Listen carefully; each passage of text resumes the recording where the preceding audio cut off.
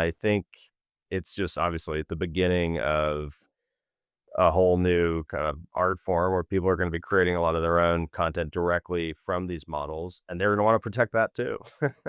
So uh, that's all cool. I'm a fan of all that stuff. I think there's also, like you said, some kind of intermixing of the AI generated stuff with traditionally generated content. We're seeing a lot of that with advertising, which of course always leads the way with some of this. So customizing certain advertising ad placement stuff within content using AI generated tools. I've met a number of companies that are doing that recently.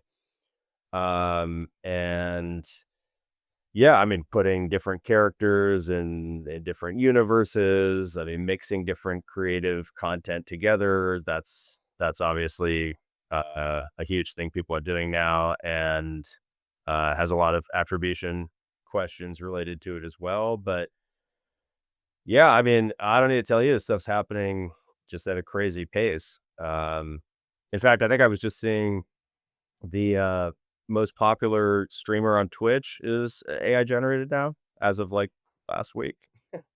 What So do they make? how much do they make?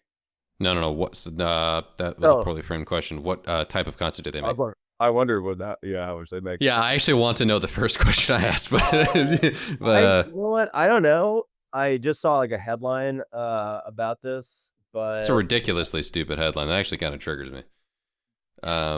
But hey, if they make interesting stuff and it's like, yeah, yeah, but, I don't know.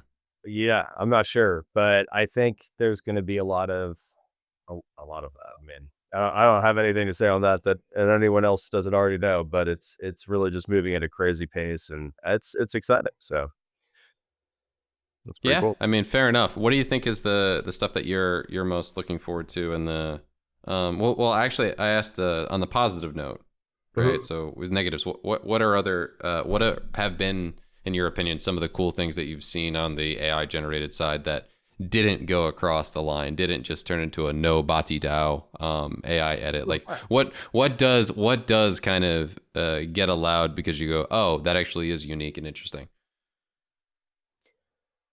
I mean, I think a lot of this stuff is super creative, and people are going to want to own the attribution and the rights for, just as they do with any other type of art. I mean, I definitely believe that's happening.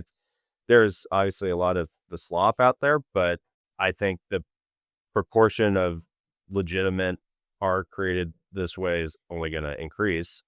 So there are a bunch of different types of it. I am definitely not an expert in all of it. I'm not following all of it super carefully, but I've seen videos, images, music that is all very high quality. So I mean, it's an interesting thing to come to terms with, but I think people are definitely going to want uh, to attach their name to the stuff they created with those tools more and more this year.